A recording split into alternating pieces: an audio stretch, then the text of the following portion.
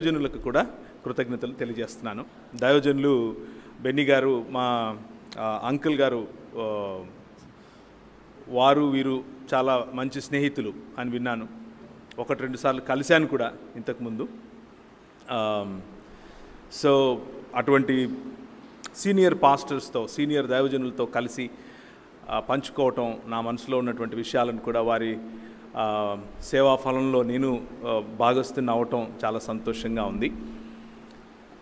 అయితే ఈరోజు సాయంకాలం చెప్పే విషయాలు మీకేవి కొత్తవిగా ఏమీ ఉండవు. మర్మరాలు ఏమీ తీసుకొని రాలేదు. నేను మామూలుగా దేవుని వాక్యంలో నుంచి కొన్ని విషయాలను మీలో ఒకటిగా మీరు నేర్పితే నిలబడినటువంటి మీ ఏమంటారు మనస్ఫూర్తిగా ఉన్నది ఉన్నట్లుగా నేను మీ ముందు చెబుతున్నాను. ఏమనంటే, ఒక లెక్కల మాస్టరు పిలిచి 2 అక్కం చెప్పమంటే 2 అక్కం నేర్పిస్తే, కుర్రాడు నేర్చుకున్న తర్వాత క్లాస్ ముందు నిలబెట్టి 2 అక్కం చెప్పరా అంటే వాడు 2 అక్కం చెప్తాడు. చెప్పినప్పుడు అందరూ చప్పట్లు కొడతారు, అభినందిస్తారు. అలాగే మీలో చాలామంది నాకంటే పెద్దవారు సంఘంలోనూ అలాగే పరిచర్యలోనూ మీకున్నంత ఎక్స్పీరియన్స్ నా వయసు ఉండదు. అయినప్పటికీ మీరు కూర్చుని అక్కడ ఉన్నారు అని అంటే నేను చెప్పేదంతా కరెక్ట్ అని, మీకేమీ రాదని, అలాంటి ఉద్దేశంతో నేను ఇక్కడికి నిలబడలేను. మీరు చెప్పి నేర్పించగా నిలబడి వల్లె వేస్తున్నాను అంతే. అంత మాత్రమే క్రైస్తవ సంఘం, సార్వత్రిక క్రైస్తవ సంఘం నేర్పించినటువంటి పాఠాలు, నేర్పించినటువంటి దేవుని వాక్యంలో తెలుసుకోవాల్సినటువంటి నిధులను మీరు నేర్పించగా నేను తిరిగి మీ ముందు వల్లె వేస్తున్నాను అన్న విషయాన్ని దయచేసి గుర్తుంచుకోండి. అది మనస్ఫూర్తిగా ఆ హృదయంతోనే మీ ముందుకు నేను వస్తున్నాను.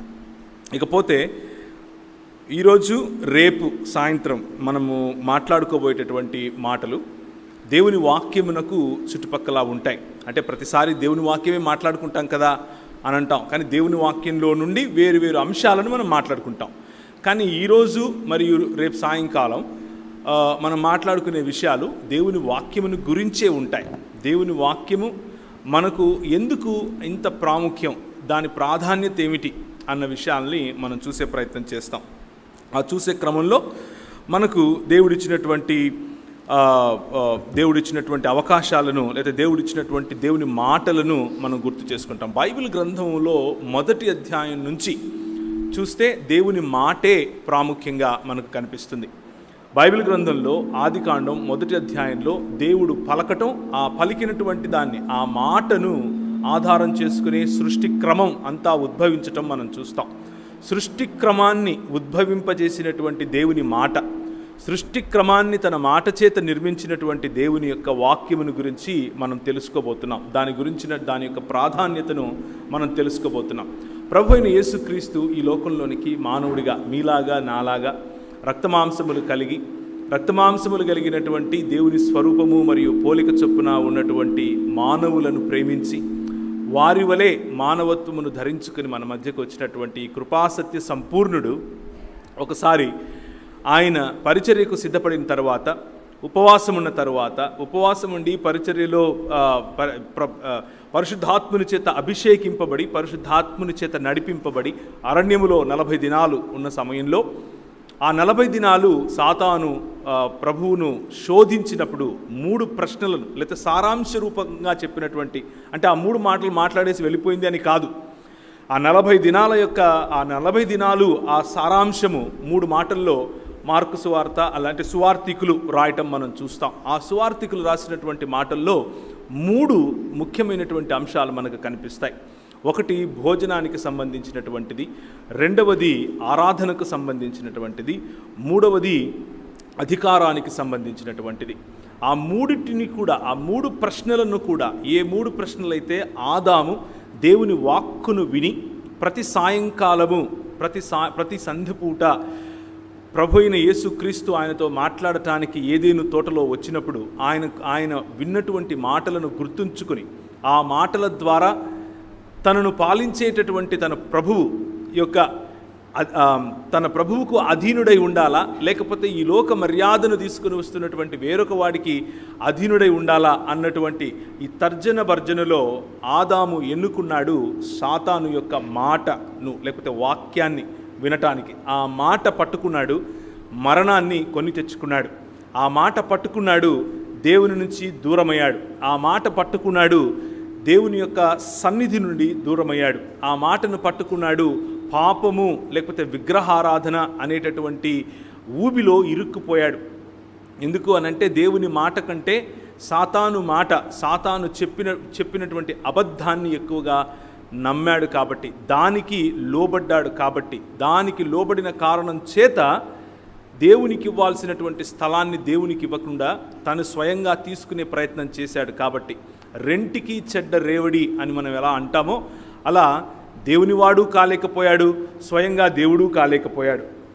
ఈ కారణం చేత మనం గుర్తుంచుకోవలసినటువంటి విషయం ఏమిటి అని అంటే, ప్రభువు మనతో ఈరోజు సాయంకాలం మాట్లాడుతున్నటువంటి మాట, ఆ 3 ప్రశ్నలు, ఆదాముకు ఏవైతే 3 ప్రశ్నలు ఉన్నాయో ఆ 3 ప్రశ్నలు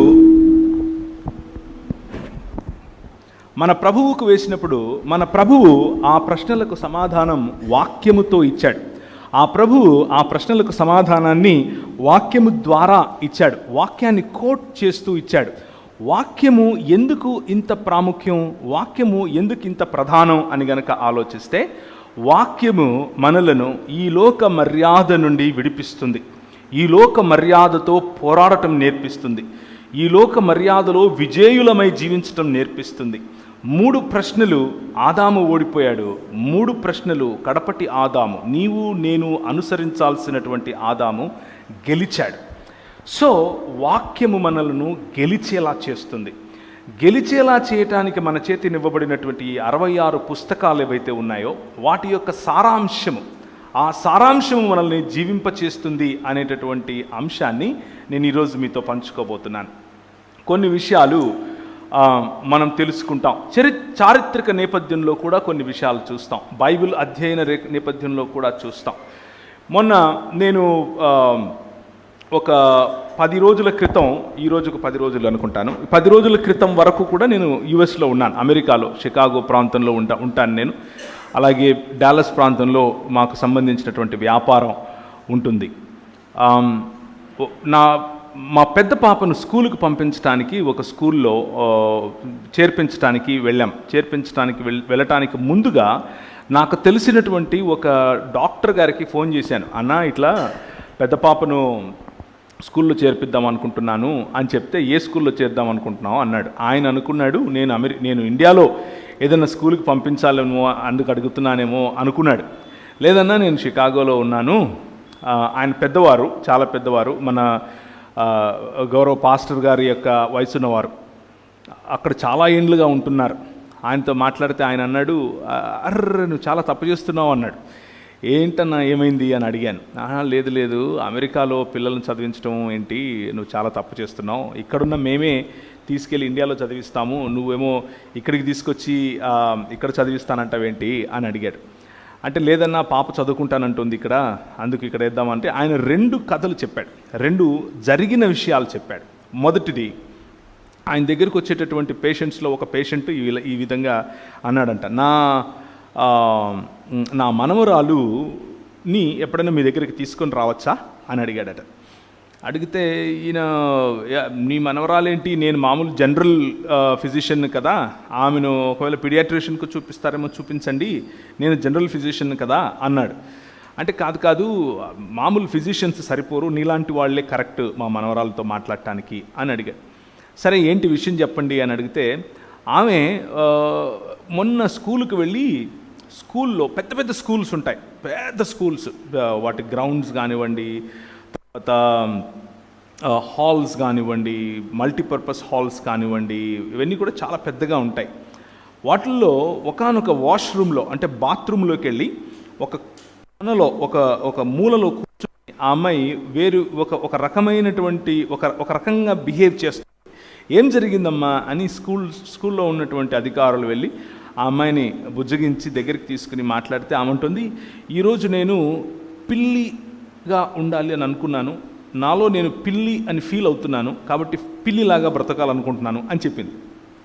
వీళ్ళకి మతులు పోయాయి. ఏంటి, ఎలా ఉండాలనుకుంటున్నావు అంటే, పిల్లి ఎలా మాట్లాడుతుందో, పిల్లి ఎలాంటి అరుపులు అరుస్తుందో, పిల్లి ఏం తింటుందో, పిల్లి ఏ విధంగా ఒక కొనలో కూర్చుంటుందో అలాగే నేను చేయాలనుకుంటున్నాను అని చెప్పింది.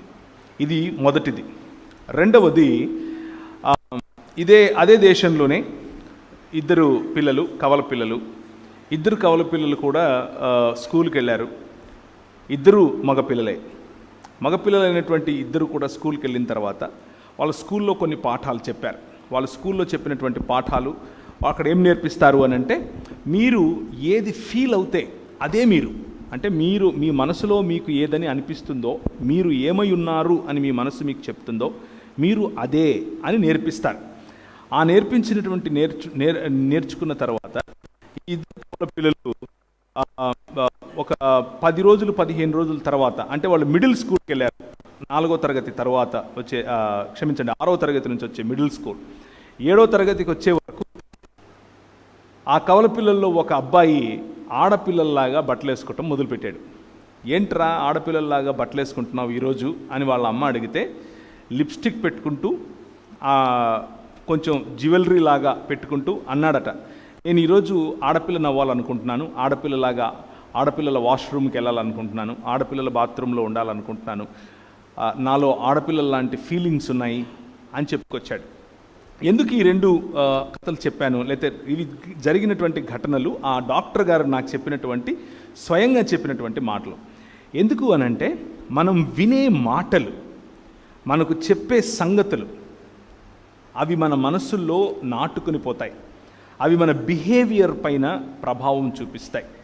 మనం ఎలాంటి బట్టలు వేసుకుంటాం, ఎలాంటి కోరికలు కలిగి ఉంటాం, ఎలాంటి ఆలోచనలు చేస్తాం, ఎలాంటివి చదువుతాం, ఎలాంటి సంబంధాల్లో ఉంటాం అన్నది మనం వినే మాటలను, వాటిపైన మనం ఉంచే నమ్మకము డిసైడ్ చేస్తుంది. సో మాట అన్నది, వాక్యము అన్నది వినటానికి ఒక మాటేగా అనుకుంటాం, కానీ ఆ మాట మన పైన చాలా బలమైనటువంటి పని చేస్తుంది. ఆ బలమైనటువంటి పని మనల్ని కూల్చేదిగా అయినా ఉంటుంది, లేకపోతే నిర్మించేదిగా అయినా ఉంటుంది. మనం కూల్చబడటానికి, నిర్మించబడటానికి రెండిటికీ కూడా మాట ముఖ్యంగా ఆధారం అవుతుంది. దేవుని వాక్యం చెప్తుంది యాకోబు గ్రంథంలో, నీ నోటి నాలుకను అదుపులో ఉంచుకో అని చెప్తుంది. నీ నాలుకను అదుపులో ఎందుకు ఉంచుకోవాలి అని అంటే, అది వైల్డ్ ఫైర్ లాంటిది, అది అగ్ని లాంటిది. మనుషులను చిన్నాభిన్నం చేస్తుంది, సంబంధాలను చిన్నాభిన్నం చేస్తుంది. ఒక మనిషిని మనిషిగా కాకుండా పశువుగా తీర్చిదిద్దగలిగినటువంటి శక్తి నాలుకకు ఉంటుంది. రాళ్లను కరిగించే శక్తి ఉంటుంది. ఒకసారి నేను ఒక చిన్న ఎక్స్పెరిమెంట్ చేశాను. మా ఇంట్లో ఒక వ్యక్తికి చెప్పటం కోసం, ఆమె మాటలు ఎంత డేంజరస్ ఉంటాయి అని చెప్పటం కోసం, ఒక చిన్న మొక్క, తులసి మొక్క పెట్టుకుంటారు కదా ఇంట్లో, అలాంటిది తీసుకుని వచ్చి మా ఇంట్లో బాల్కనీలో పెట్టాను. బాల్కనీలో పెట్టి ప్రతిరోజు దానికి నీళ్లు పోసే సమయంలో దాన్ని తిట్టమని చెప్పాను. జాగ్రత్తగా వినండి. దానికి నెగిటివ్ మాటలు, దాన్ని తిడుతూ నెగిటివ్గా మాట్లాడుతూ ఉండమని చెప్పాను. అలా చేశారు. ఎప్పుడూ ఎలా మిగిలిన మొక్కలకు నీళ్ళు ఎలా పోస్తారో దానికి అలాగే పోశారు. మిగిలిన మొక్కల దగ్గర కోడిగుడ్లు లేకపోతే ఇలాంటి ప్రోటీన్ రావడానికి ఏదైతే పెడతారో అవే దానికి పెట్టారు. కానీ చూసిన ప్రతిసారి తిడుతూ, చీదరించుకుంటూ, దుర్భాషలాడుతూ, నెగిటివ్గా మాట్లాడుతూ ఆ చెట్టుకు చేశారు. 1 నెలన్నర తరువాత అది చచ్చిపోయింది. నెలన్నర తరువాత ఆ మొక్క చచ్చిపోయింది. సో ఎందుకు ఈ మాటలు చెప్తున్నాను అనంటే, మాట అన్నది అంత స్ట్రాంగ్, అంత బలమైంది. ఆ బలమైన మాట మన హృదయాలను నిర్మించగలదు, లేకపోతే మన హృదయాలను నిర్వీర్యం కూడా చేయగలదు. దేవుని మాట నిర్మించే మాట, దేవుని మాట కలుగజేసే మాట, దేవుని మాట కట్టే మాట, దేవుని మాట ఈ లోక మర్యాదను కూలుస్తుంది, ఈ లోకంలో మంచిని నిర్మిస్తుంది. దేవుని మాట మనకొక దృక్పథాన్ని ఇస్తుంది. దృక్పథము అనంటే ఏమిటి అనంటే, ఇవి కంటి అద్దాలు. ఇలా పెట్టుకున్నప్పుడు దీని ద్వారానే నేను మిమ్మల్ని అందరినీ చూడగలుగుతున్నాను. ఇది పెట్టుకుంటే నాకు బాగా కనిపిస్తాయి, చదవగలుగుతాను. కానీ ఇవి పెట్టుకుంటే మీరు బాగా కనిపించరు. ఇవి తీసేస్తే మీరు బాగా కనిపిస్తారు, కానీ అద్దాలు సరిగ్గా కనిపించవు. దీన్ని గుడ్డితనానికి మొదటి మెట్టు అంటారు, రైట్? నేను ఆ మొదటి మెట్టు ఎక్కేసాను ఆల్రెడీ. సో ఎందుకు ఈ మాట చెప్తున్నానంటే, ఇవే కంటి అద్దాలు నలుపు రంగులో ఉంటే అంతా నల్లగా కనిపిస్తుంది. ఇవే అద్దాలు ఎరుపు రంగులో ఉంటే అంతా ఎరుపు రంగులోనే ఉంటాయి.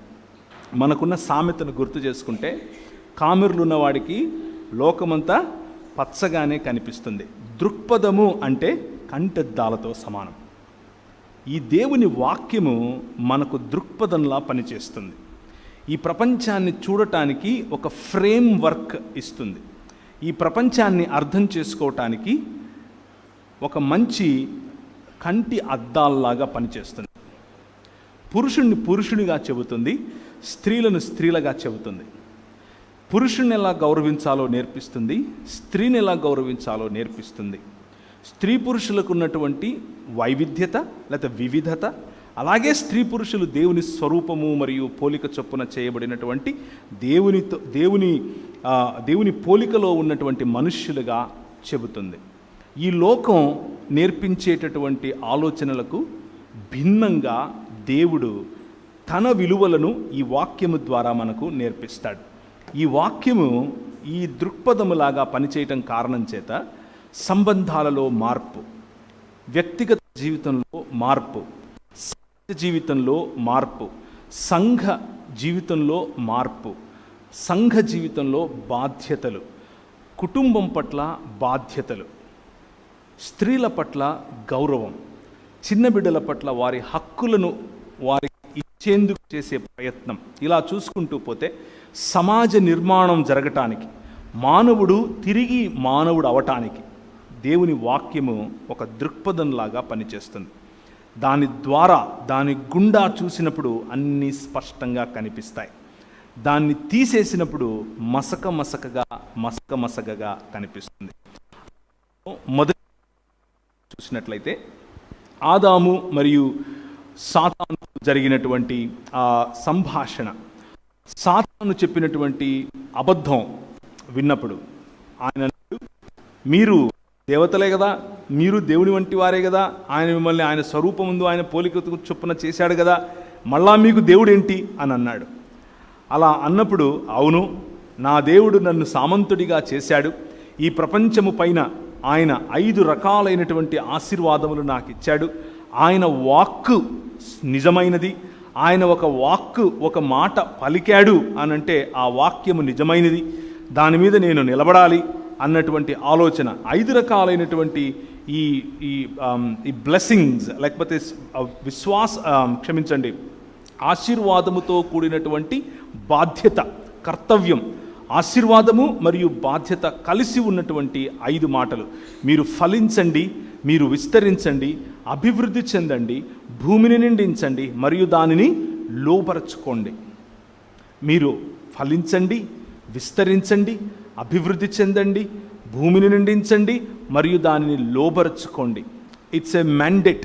Mandate is something that involves a responsibility and a blessing in it. అందులో దేవుని ఆశీర్వాదముతో పాటు బాధ్యత మనకు కనిపిస్తుంది.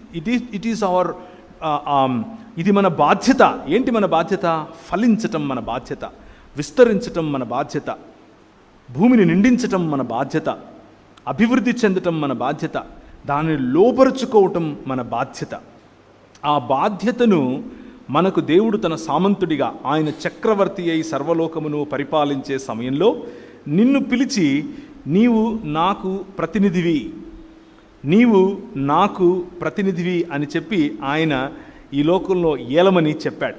ఆ ఏలమని చెప్పిన మాటను ఆదాము విన్నాడు. ఆదాము హవ్వలు అనగా మానవ సమాజం అది విన్నది.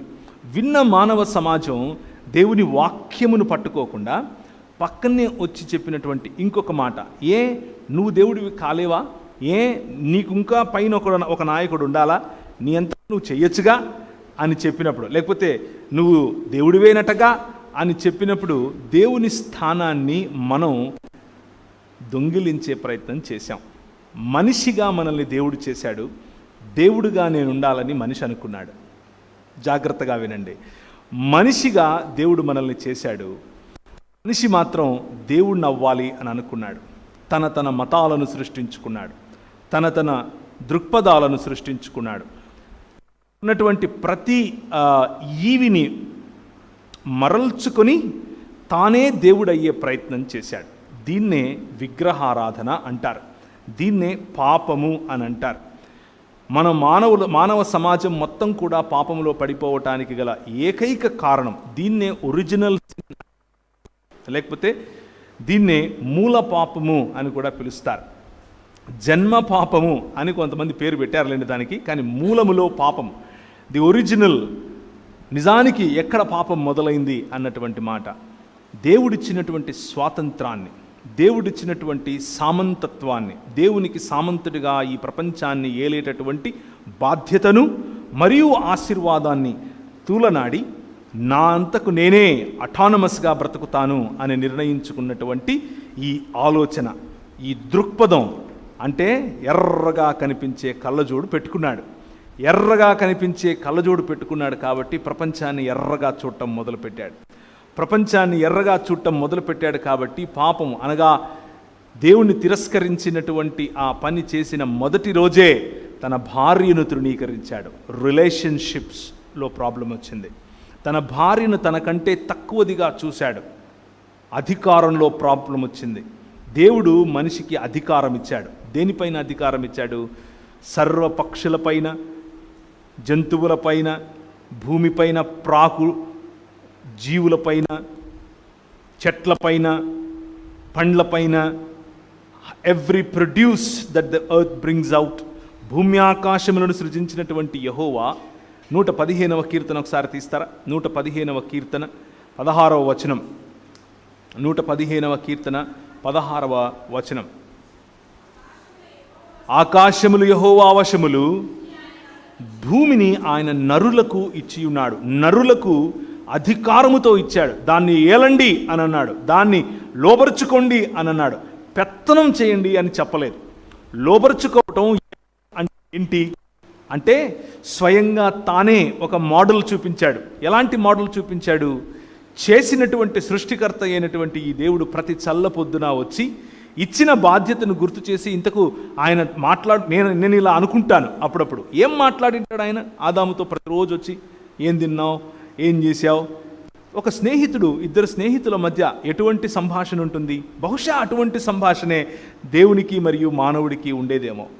దేవాది దేవుడైనటువంటి ఆదిలో వాక్యముగాను, వాక్యము దేవుని యొద్ద దేవుడై ఉన్నటువంటి ఆ దేవుడు, ఆయన ఇదే చోట్లో వచ్చి ఆదాముతో మాట్లాడుతూ బహుశా అనుంటాడు, నీకు నేను రెండు పనులు ఇచ్చాను. ఎక్కడుంది అది? 2వ అధ్యాయం, ఆదికాండం 2వ అధ్యాయం 15-16 వచనాలు. ఆదికాండం 2వ అధ్యాయం 15-16 వచనాలు. మరియు దేవుడైన యెహోవా నరుని తీసుకొని ఏదేను తోటను సేద్యపరచుటకును కాచుటకును, రెండు మీరు ఏలటం, ఈ భూమిని ఏలటం అంటే ఏంటంటే నేను ఈ ప్రపంచాన్ని చేశాను. చేసిన ఈ ప్రపంచం ఎలా ఉంది? ఆదికాండం 1వ అధ్యాయంలో మొదటి 2-3 వచనాల్లో మనకు కనిపిస్తుంది. భూమి నిరాకారముగాను శూన్యముగాను ఉన్నది. శూన్యముగాను నిరాకారముగాను ఉన్నటువంటి ఆ భూమి పైన ఒక క్రమాన్ని చేశాడు, తన మాట ద్వారా చేశాడు. కలుగును గాక అన్నాడు, కలిగింది. నీళ్లు కలుగును గాక అన్నాడు, కలిగాయి. దాన్ని ఏమంటారు? చెట్లు కలుగును గాక అన్నాడు, చెట్లు. రాత్రికొకటి ఉదయానికొకటి వెలుగు కలుగును గాక అన్నాడు, వెలుగు. ఇలా చూసుకుంటూ పోతే తన మాట చేత సర్వాన్ని సృష్టించినటువంటి దేవుడు ఆ భూమి పైన ఒక క్రమాన్ని నిర్మించాడు. ఆ క్రమం ఏమిటి? ఏదేను తోట అనే క్రమం. తన మాట చేత పనివాడైనటువంటి దేవుడు తోటమాలి అని తనను తాను పిలుచుకునేటటువంటి దేవుడు ఆ భూమిపైన ఒక క్రమాన్ని నిర్మించాడు. నదులు ఎక్కడ ప్రవహించాలో అక్కడ ప్రవహిస్తున్నాయి. ఈవులు ఎవరికి ఏవి దక్కాలో అవి దక్కుతున్నాయి. పశుపక్షాదులన్నీ సుభిక్షంగా ఉన్నాయి. పండ్లు, కాయగూరలు వంటివి ప్రతి ఒక్కటి ఎక్కడెక్కడ అమర్చాలో అక్కడక్కడ అమర్చాడు. ముళ్ళ తుప్పలు లేవు, ముళ్ళ చెట్లు లేవు. ఏం పర్యవసానం ఉంది ఆయన చేసినటువంటి సృష్టిలో అనంటే క్రమము అనే పర్యవసానం ఉంది. ఆ క్రమంలో మానవుడు సుభిక్షతను చూసి ఆ క్రమాన్ని విస్తరింపచేయాలి, ఆ క్రమములో ఫలించాలి, ఆ క్రమాన్ని అభివృద్ధి చేయించాలి, ఆ క్రమముతో భూమిని నిండించాలి, ఆ క్రమము ద్వారా ఏలుబడి చేయాలి. పెత్తనం కాదు, ఏలుబడి చేయాలి. పెత్తనం చేయటం అంటే అర్థం ఏమిటి అని అంటే, ఒక అత్తగారు కోడలి పైన చేసేది, లేకపోతే ఈ రోజుల్లో రివర్స్లేండి, అత్తగారి పైన కోడలు చేసేది, అది పెత్తనం. మనము పోలీస్ స్టేషన్కి వెళ్తే సిఐ గారు చేసేది, లేకపోతే మనం అధికారి అని అనుకునేవాడు. మీరు స్కూల్కి వెళ్ళి ఉంటారు, లెక్కల మాస్టర్ అంటే మీకు ఏం గుర్తొస్తుంది? ఇలా ఇలా ఇలా ఇలా ఇలా షేక్ అయిపోతూ ఉంటారు. ఎందుకు? పెత్తనం చేస్తాడు, చేతిలో కట్టెపట్టుకుని 2 ఇచ్చుకుంటాడు. ఆయన ఇచ్చుకునే ఆ 2 మనకు ఈ రోజు వరకు గుర్తుంటాయి.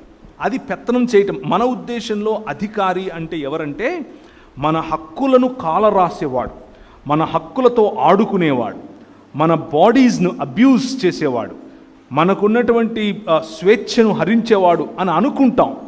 నిజానికి అది దేవుని మాట కాదు, దేవుని వాక్యం కాదు. దేవుని వాక్యము అధికారం ఇచ్చింది. ఏంటా అధికారం? సేద్యము చేయటానికి మరియు కాయటానికి నీకు ఇచ్చినటువంటి అధికారం. ఏదేను తోటను సేద్యపరచుటకును కాయుటకును ఆయన ఆదాముకు అధికారం ఇచ్చాడు.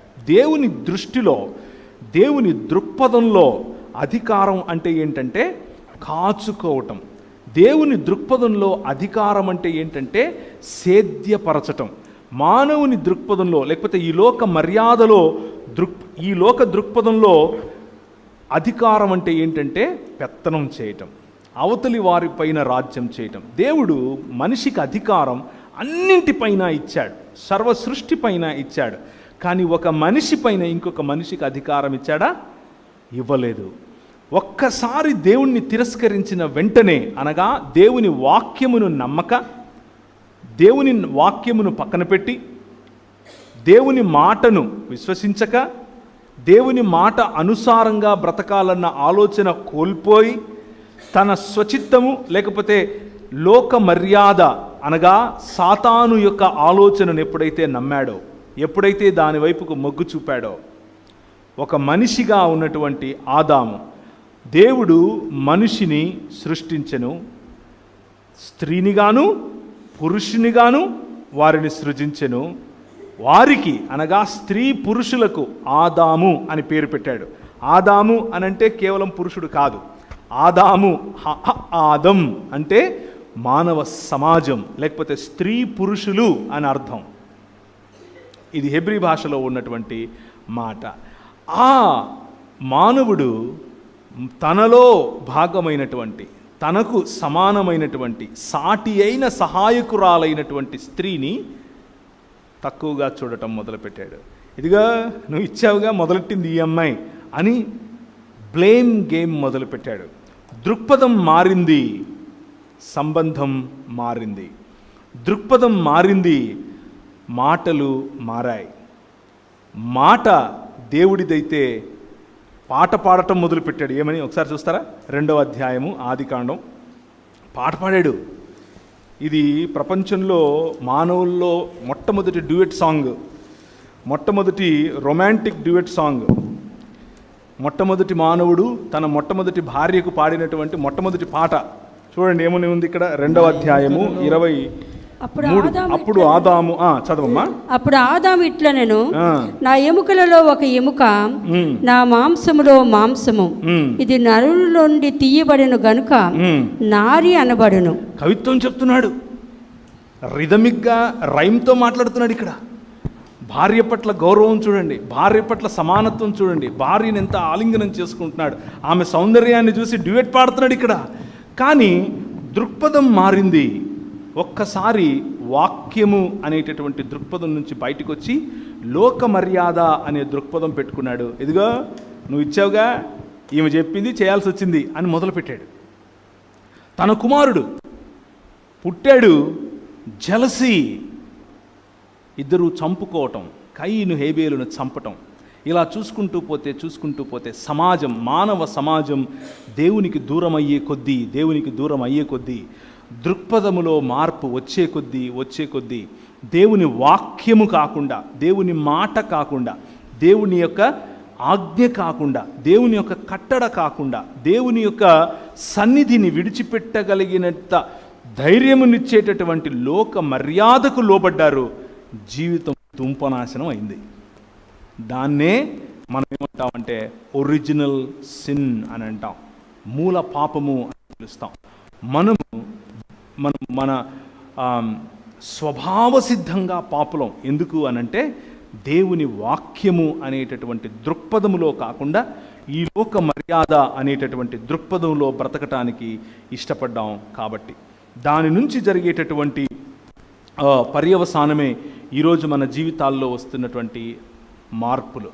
దేవుని వాక్యము దేవుని హృదయంలో నుండి వెలువడేటటువంటి మాటలు, దేవుని వాక్యము ఆయన కార్యాచరణకు సంబంధించినటువంటి మాటలు, దేవుని మాటలు సృష్టిని సృష్టించి మరియు నడిపించేటటువంటి మాటలు. దేవుని మాటలు ఆయన సంకల్పాన్ని మనకు తెలియజేసేటటువంటి మాటలు. దేవుని మాటలు దేవుని రాజ్యాంగం అన్న విషయాన్ని మనం మర్చిపోకూడదు. ఈ మాటలు గనక మనం అర్థం చేసుకుంటే, దేవుని మాటలను గనక మనం పట్టుకోగలిగితే, అనగా వాక్యమును గనక మనం పట్టుకోగలిగితే దేవుని హృదయం అర్థమవుతుంది. నెంబర్ 1. నెంబర్ 2, దేవుని కార్యాచరణ అర్థమవుతుంది. నెంబర్ 3, దేవుని యొక్క సంకల్పం అర్థమవుతుంది. నెంబర్ 4, దేవుని యొక్క విమోచన కార్యం అర్థమవుతుంది. నెంబర్ 5, దేవుని యొక్క దాన్ని ఏమంటారు, దేవుని యొక్క రాజ్యాంగము అర్థమవుతుంది. కాబట్టి ఆయన రాజని, మనం ఆయన సామంతులమని, ఆయన యొక్క అంబాసిడర్స్మని, ఈ ప్రపంచాన్ని ఏలటానికి, ప్రపంచంలో సుభిక్షతను తీసుకొని రావటానికి అవసరమైనటువంటి సువార్త అర్థమవుతుంది. సో దేవుని వాక్యము రెండంచుల ఖడ్గము అన్నటువంటి మాట మీరు వినే ఉంటారు, దేవుని వాక్యంలో చదివే ఉంటారు. దేవుని మాట రెండంచుల ఖడ్గము అని మనకు ఎందుకు చెప్తున్నారు అంటే, ఒక అంచు దేవుని గురించి మనకు చెబుతుంది, రెండవ అంచు మనిషిని గురించి చెబుతుంది. ఈ 66 పుస్తకాలు ఉన్నటువంటి దేవుని వాక్యం చాలామంది పొరపడేది ఏమిటి అని అంటే, we limit this to the theology written by human beings. మనుష్యుల చేత లేకపోతే మనుష్యులు వ్రాసినటువంటి దేవుని గురించినటువంటి అధ్యయనం అని అనుకుంటాం. కానీ అంతకు మాత్రమే పరిమితం కాదండి. దేవుని వాక్యమైనటువంటి 66 పుస్తకాలు ఉన్నటువంటి బైబిల్ గ్రంథము దేవుడు రాసినటువంటి ఆంథ్రోపాలజీ అంటే అర్థం ఏంటంటే మనుష్య శాస్త్రము. This is not just a theology or the book of theology, but this is a book of anthropology written by God himself. దేవుడు రాసినటువంటి ఆంథ్రోపాలజీ అనే పుస్తకమే బైబిల్. సో ఈ రెండంచుల ఖడ్గం, ఒకటి దేవుని మనకు అర్థం చేసేలా చేస్తుంది, దేవుని సంకల్పాన్ని అర్థం చేసేలా చేస్తుంది, దేవుని హృదయాన్ని అర్థం చేసేలా చేస్తుంది, దేవుడు మనకిచ్చినటువంటి పిలుపుని అర్థం చేసేలా చేస్తుంది, దేవుడు మనకిచ్చినటువంటి అధికారాన్ని అర్థం చేసుకునేలా చేస్తుంది. రెండవదిగా మనిషి ఏమై ఉన్నాడో తెలుస్తుంది. మనిషికి ఉండాల్సిన సంబంధం గురించి చెప్తుంది. నువ్వు మనిషివి, నువ్వు పిల్లివి కాదు అని చెప్తుంది. పురుషుడితో నువ్వు పురుషుడివి, స్త్రీవి కాదు అని చెప్తుంది. స్త్రీతో నువ్వు స్త్రీవమ్మ, మాతృమూర్తివి, నువ్వు పురుషుడివి కాదు అని చెప్తుంది. వివిధత ఉన్నప్పటికీ మీరు ఒక్క మానవుడు అని నేర్పిస్తుంది.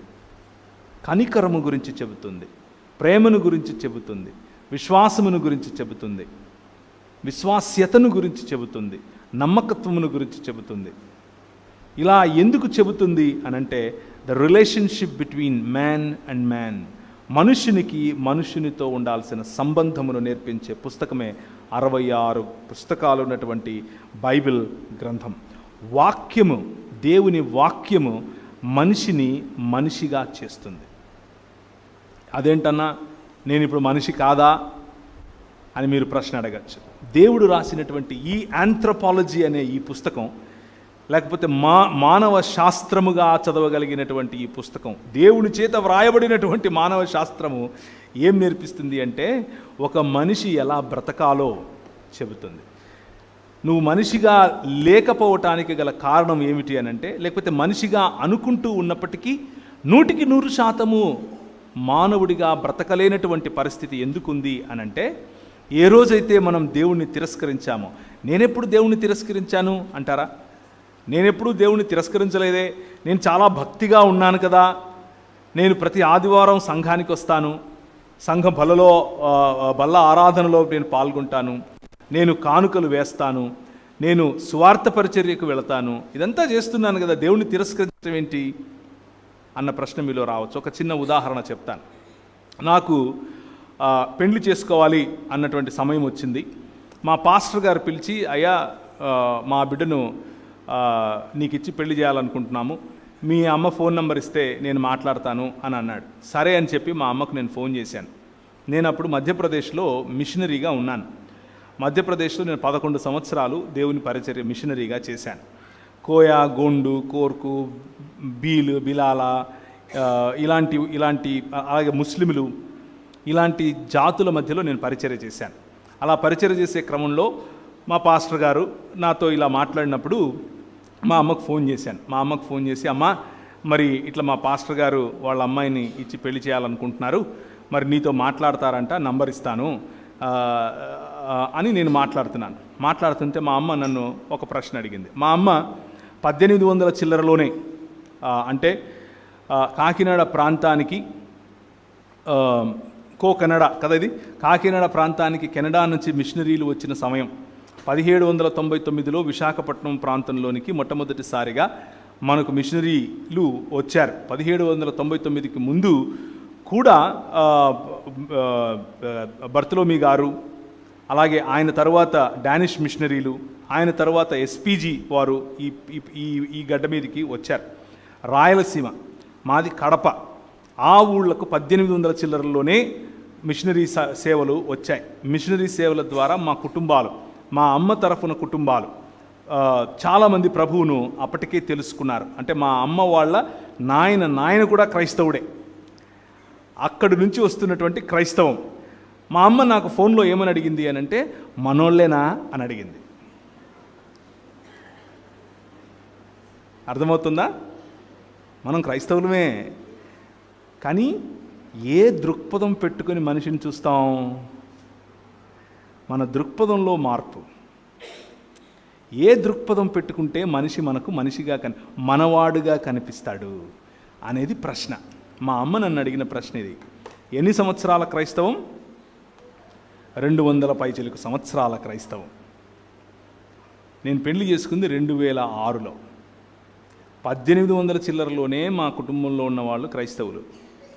ఆ తర్వాత మా అమ్మ ఎస్పీజీ సంఘంలో పెరగటం, ఆ తర్వాత క్యాథలిక్గా మారటం, ఆ తర్వాత మళ్ళీ నేను ప్రభువుని నమ్ముకున్న తర్వాత ఆమె కూడా మన ఇవాంజలికల్ ఫెయిత్లో వీరికి రావటం, ఇవన్నీ చాలా జరిగాయి. కానీ అడిగే ప్రశ్న ఏంటి? మనోళ్ళేనా అనింది. నేను తడుముకోకుండా చెప్పాను, మనోళ్ళే అని చెప్పాను. మనోళ్ళు అన్నప్పుడు ఆమె దృక్పథం వేరు, ఆమె దృక్పథం మనోళ్ళు అన్నప్పుడు వేరు, మనోళ్ళు అన్నప్పుడు నా దృక్పథం వేరు. నాకు మనోళ్ళు ఎవరో ఆమెకు తెలియదు, ఆమెకు మనోళ్ళు ఎవరో నాకు తెలుసు. అర్థమవుతుందా? So now let's think about it. వాక్యము ఏం చేస్తుంది అంటే ఈ దృక్పథాన్ని ఇస్తుంది. మనిషిని మనిషిగా స్వీకరించటం నేర్పిస్తుంది. మన అన్న పదానికి మనిషి అన్న పదంతో ముడిపెట్టి మరీ చూడటం నేర్పిస్తుంది.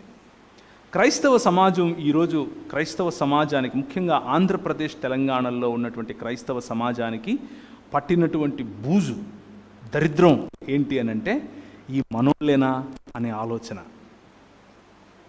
ఈ ఆలోచన, ఈ దృక్పథం రక్షింపబడ్డాం అనుకుంటూ ఇదే అద్దాలు పెట్టుకొని తిరుగుతూ ఉంటారు. 66 పుస్తకాలు ఉన్నటువంటి ఈ బైబిల్ మనకు ఒక దృక్పథాన్ని ఇస్తుంది. ఏం దృక్పథాన్ని ఇస్తుంది అని అంటే, ఇప్పుడు క్రీస్తునందు యూదుడని యూదేతరుడని తేడా లేదు, ఇప్పుడు క్రీస్తునందు స్త్రీ అని పురుషుడని తేడా లేదు, ఇప్పుడు క్రీస్తునందు స్వామి అని బానిస అని తేడా లేదు, అందరూ మధ్యలో అడ్డుగోడలు పడద్రోయబడ్డాయి. గలతీయులకు రాసిన పత్రిక రాసిందే ఇందుకు. గలతీయులకు అనేటటువంటి పత్రిక రాసిందే మానవులలో ఉన్నటువంటి నువ్వు నల్లోడివా, తెల్లోడివా, బ్రౌన్గా ఉంటావా, పొట్టిగా ఉంటావా, పొడుగ్గా ఉంటావా, ముక్కు సప్పడుగా ఉంటుందా, ముక్కు పొడుగ్గా ఉంటుందా, పనలు పెద్దగా ఉంటాయా, ఇవేవి కాదు, ఏ భేదము లేదు.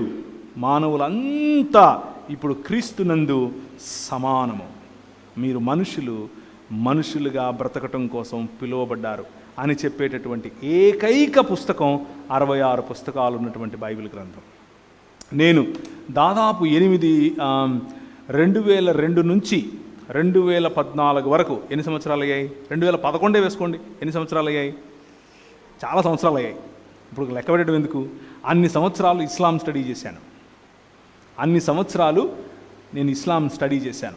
పెద్ద పెద్ద వాళ్ళతో ఇస్లాం గురించినటువంటి డిబేట్స్ చేశాను. ఇలా కొన్ని వేల మంది ఉండగా నిలబడి బైబిల్ గ్రంథాన్ని, ఇస్లాం ఖురాన్ గ్రంథాన్ని పక్కన పెట్టుకొని మాట్లాడాను. వాళ్ళ సొంత మసీదులకు వెళ్ళి నేను దాని గురించి మాట్లాడాను. చాలామంది క్రైస్తవంలోనికి ముస్లిం సహోదరులు సహోదరులు వచ్చారు. నేను రాసిన పుస్తకాలు చదువుకుని కూడా వచ్చారు. ఎందుకు ఈ మాటలు చెప్తున్నానంటే, ఆ ఖురాన్ గ్రంథం ఈ దృక్పథం ఇవ్వదు, సమానత అన్నటువంటి దృక్పథం ఇవ్వదు, ఐక్యత అన్న దృక్పథం ఇవ్వదు.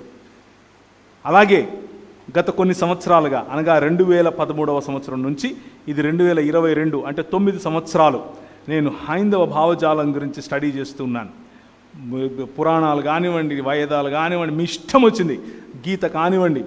రక్షణ టెలివిజన్లో దాదాపు ఒక 5 డిబేట్స్ ఇంగ్లీష్లో చేశాను. హిందీలో అయితే వారానికి ఒకటి చేస్తుంటాను. తెలుగులో అయితే వారానికి ఒకటి. వాళ్ళు వస్తూ ఉంటారు, మాట్లాడుతుంటారు, వెళ్ళిపోతుంటారు వెనక్కి, వాళ్ళ దగ్గర సమాధానాలు లేక. కానీ ఏది తెలుసా కారణం? అలా దేవుని వాక్యమును పట్టుకొని నిలబడటం. 66 పుస్తకాలు ఉన్నటువంటి ఈ బైబిల్ గ్రంథం ఇచ్చే దృక్పథం ఇంకా ఏ పుస్తకంలో లేదు, ఏ భావజాలంలో లేదు, ఏ ఆలోచనలో లేదు. ఈ దృక్పథం ఉంది చూసారా, బైబిల్ అనేటటువంటి దృక్పథం. ఇది మనల్ని నిజంగా మనిషిగా మారుస్తుంది. ఇది నిజంగా మనకు శక్తినిస్తుంది. ఇది నిజంగా మనల్ని గెలిచేలా చేస్తుంది. నిజంగా మనల్ని ముందుకు నడిపిస్తుంది. ఒక చిన్న ఉదాహరణ చెప్పి ముందుకెళ్ళే ప్రయత్నం చేస్తాను. సమయం ఎక్కువ లేదు కాబట్టి 15 నిమిషాల్లో నేను 8:45 కొదమంటారా? 9 వరకు ఉందా? ఓకే, సరే. సో దేవుని వాక్యమును గురించినటువంటి ఆలోచన, దేవుని వాక్యము ఎలా మనల్ని పడుతుంది, ఎలా మన జీవితాలు మారుస్తుంది అనేది మనం మాట్లాడుకుంటున్నాం. ఈ ప్రాంతంలో వద్దులేండి, ఈ ప్రాంతం గురించి రేపు మాట్లాడదాం. హిస్టారికల్ ఎవిడెన్సెస్తో రేపు మాట్లాడదాం ఈ ప్రాంతం గురించి. ప్రస్తుతానికి ట్రావెన్కోర్ అనే ప్రాంతం గురించి మాట్లాడదాం. ట్రావెన్కోర్ అనేటటువంటి ప్రాంతము ఇప్పుడున్నటువంటి కేరళ మరియు తమిళనాడు ప్రాంతాల్లో ట్రావెన్కోర్, అలాగే ట్రాంకుబార్ అనేటటువంటి ప్రాంతాలు ఉంటాయి. ఈ ప్రాంతాల్లో స్త్రీలు పై వస్త్రం వేసుకోవటానికి అవకాశం ఉండేది కాదు. అంటే జాకెట్లు వేసుకోకూడదు, పై వస్త్రం వేసుకోకూడదు. వాళ్ళు ఇంతవరకే లుంగిల్లాగా కట్టుకొని తిరగాలి. పైన వక్షాలు కనిపించాలి అందరికీ. ముఖ్యంగా నిమ్న జాతికి చెందినటువంటి స్త్రీలు, నిమ్న జాతి అనంటే నిమ్న జాతికి ఉన్నటువంటి నిర్వచనం ఏమిటి అని అంటే, బ్రాహ్మణ, క్షత్రియ, వైశ్య మరియు ఈ 3 కాకుండా ఉన్న వాళ్ళందరూ కూడా నిమ్న జాతి. బ్రాహ్మణ, క్షత్రియ, వైశ్య జాతులు తప్ప మిగిలిన వాళ్ళందరూ నిమ్న జాతులే. అనగా అది రెడ్డి, వెలమ, కాపు, కమ్మ ఏదైనా కానివ్వండి, అందరూ నిమ్న జాతే. ఎవరింట భోజనం చేసినా మలం తినతో సమానము అని దేవి భాగవతం చెప్తుంది. సో అలాంటి పరిస్థితిలో మన దేశంలోనికి ఈ 66 పుస్తకాలు ఉన్నటువంటి బైబిల్ భావజాలాన్ని ఎత్తుకొని వచ్చిన వాళ్ళు వచ్చారు. ట్రాంకుబార్ ప్రాంతానికి మొట్టమొదటిసారిగా బైబిల్ భావజాలం మోసుకొని వచ్చిన వాళ్ళు. వాళ్ళ ద్వారా వచ్చినటువంటి మిషనరీ సమాజంలో ఒకరి పేరు చార్ల్స్ మీడ్ గారు. చెప్పండి ఒకసారి, చార్ల్స్ మీడ్. ఎంతమంది ఈ పేరు విన్నారు? వినలేదా? ఓకే, ఆయన పేరు తెలుసుకోకపోయినా పర్వాలేదు, కానీ మీరు జాకెట్లు వేసుకున్నారు కదా, ఒకసారి అలా తాకండి, జస్ట్ అలా తాకండి చాలు నా కోసం. రైట్, ఆ జాకెట్లు ఆయనే ఇచ్చాడు మీకు. ఎలాగో చెప్తాను. 200 సంవత్సరాల క్రితం జరిగినటువంటి పోరాటం ఇది. ఈ పోరాటం, ఈ 66 పుస్తకాలు ఉన్నటువంటి బైబిల్ గ్రంథం ఈరోజు మీరందరూ చక్కగా సీతాకోక చిలకల్లాగా మంచి మంచి జాకెట్లు, మంచి మంచి చీరలు వేసుకుని అక్క ఎక్కడ కొన్నావు అని అంటే ఫలానా అని చెప్పుకుంటున్నారు కదా. దానికి కారణమైన స్టోరీ చెప్తున్నాను. ఆ రోజుల్లో కేవలము లుంగీల వరకు మాత్రమే స్త్రీలు వేసుకునేవారు. కేవలం ట్రాంక్ బార్ మాత్రమే కాదు, తీర ప్రాంతాలన్నీ అంతే. భారతదేశం ఇలా కిందికి ఇలా ఉంటుంది కదా, ఇక్కడ నుంచి ఈ అరేబియా సముద్రం, ఇక్కడ నుంచి బంగాళాఖాతం, పైన కలకత్తా వరకు, అనగా తీర ప్రాంతాలుగా ఉన్నటువంటి ప్రాంతాలన్నీ. అందులో కాకినాడ కూడా ఉంది, అందులో విశాఖపట్నం కూడా ఉంది, రైట్, అందులో కటక్ ఉంది, అందులో భువనేశ్వర్ ఉంది, అందులో కలకత్తా ఉంది. ఇదంతా కూడా, దీన్నంతా కూడా అంటే మెడ్రాస్ ఉంది. ఈ తీర ప్రాంతాల్లో స్త్రీలు పై వస్త్రాలు వేసుకోవటానికి అవకాశం ఉండేది కాదు, జాకెట్లు వేసుకోరు బేసిక్గా. ఒకవేళ మీరు ఇక్కడ నుంచి శ్రీకాకుళం ప్రాంతానికి, శ్రీకాకుళం విజయనగరం ప్రాంతాలకు మీరు కనుక వెళ్తే, ఇప్పటి నుంచి ఒక 10 సంవత్సరాల క్రితం వరకు కూడా ముసలమ్మలు అమ్మమ్మలు వేసుకునేవారు కాదు. చాలా ఫోటోలు మీకు ఆన్లైన్ దొరికితే కావాలంటే చూసుకోండి. This is history. నేనేదో ప్రవీణ్ వచ్చాడు, నేను బట్టనెత్తేసుకుని ఏదో కొత్త అని చెప్పి వెళ్ళిపోయాడు అనుకున్నారు, కాదు. This is history, well recorded history. A collector సమయంలో ఎవరు ఏం రాశారు, ఏ న్యూస్లో ఏం పబ్లిష్ అయింది, ఇవన్నీ సేకరించి నేను ఒక పుస్తకం రాశాను, దేవుని రాజ్యము, మిషనరీ ఉద్యమము అనే పుస్తకం. మీరు ఎవరికైనా కావాలంటే చెప్పండి, తర్వాత నేను పంపించే ప్రయత్నం చేస్తాను. నేను ఇప్పుడైతే ఏం తీసుకురాలేదు. సో అది అలాంటి పరిస్థితిలో చార్ల్స్ మీడ్ గారు ఆ ప్రాంతానికి వచ్చారు. కేరళ ఒకవైపు, తమిళనాడు ఒకవైపు, మధ్యలో ఒక కొండలు ఉంటాయి, చిన్న చిన్న కొండలు.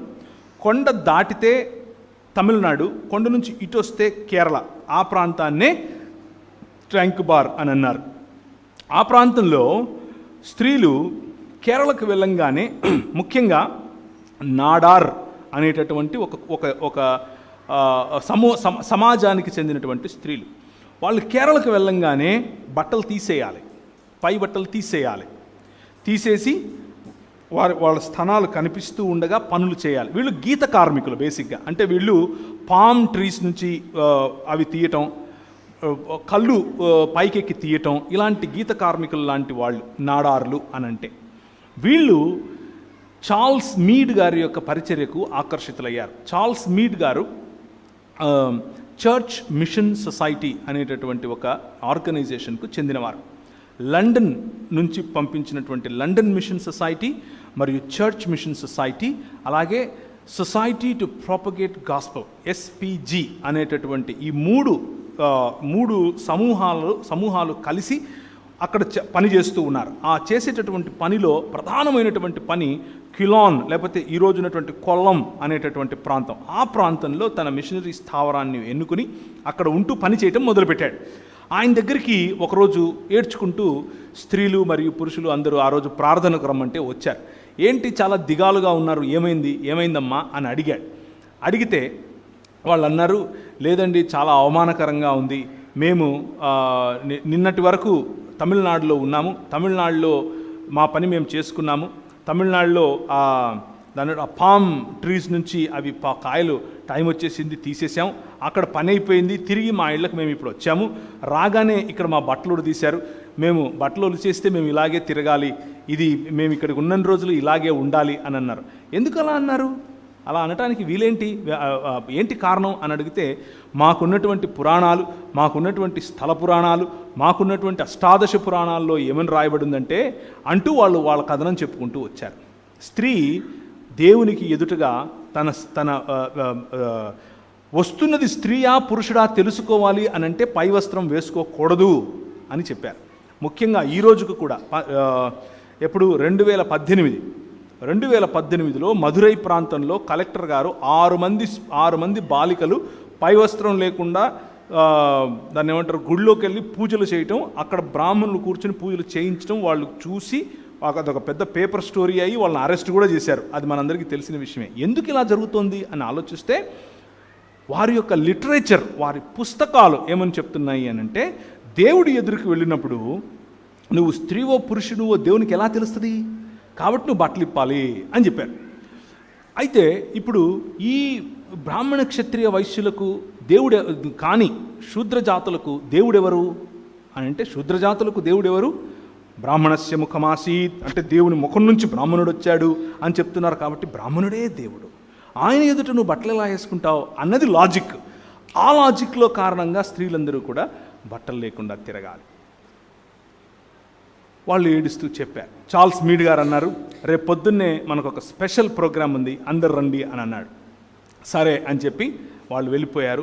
రేపు పొద్దున్నే అందరూ వచ్చారు. అందరూ లైన్లో నిలబడ్డారు. చార్ల్స్ మీడ్ గారు బయటకు వచ్చారు, పుస్తకం తీసుకుని, అందుకే బైబిల్ తీసుకుని అన్నారు, దేవుని వాక్యం చెప్తోంది, ప్రతి స్త్రీ మరియు ప్రతి పురుషుడు దేవుని స్వరూపము మరియు దేవుని పోలిక చొప్పున సృజింపబడ్డాడు. ఎవరు తక్కువ కాదు, ఎవరు ఎక్కువ కాదు. ఈ రోజు నుంచి మీరు జాకెట్లు వేసుకుంటారని చెప్పి అందరికీ జాకెట్లు పంచిపెట్టాడు.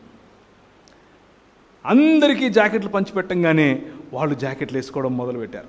వాళ్ళు జాకెట్లు వేసుకోవడం మొదలుపెట్టగానే ఆ స్థానికంగా ఉన్నటువంటి ఈ కులోన్మాదులు, మతోన్మాదులు, లేకపోతే అధికార అహంకారం కలిగినటువంటి వారు ఏం చేశారంటే, నాయరు అనే సమాజాన్ని పిలిచారు.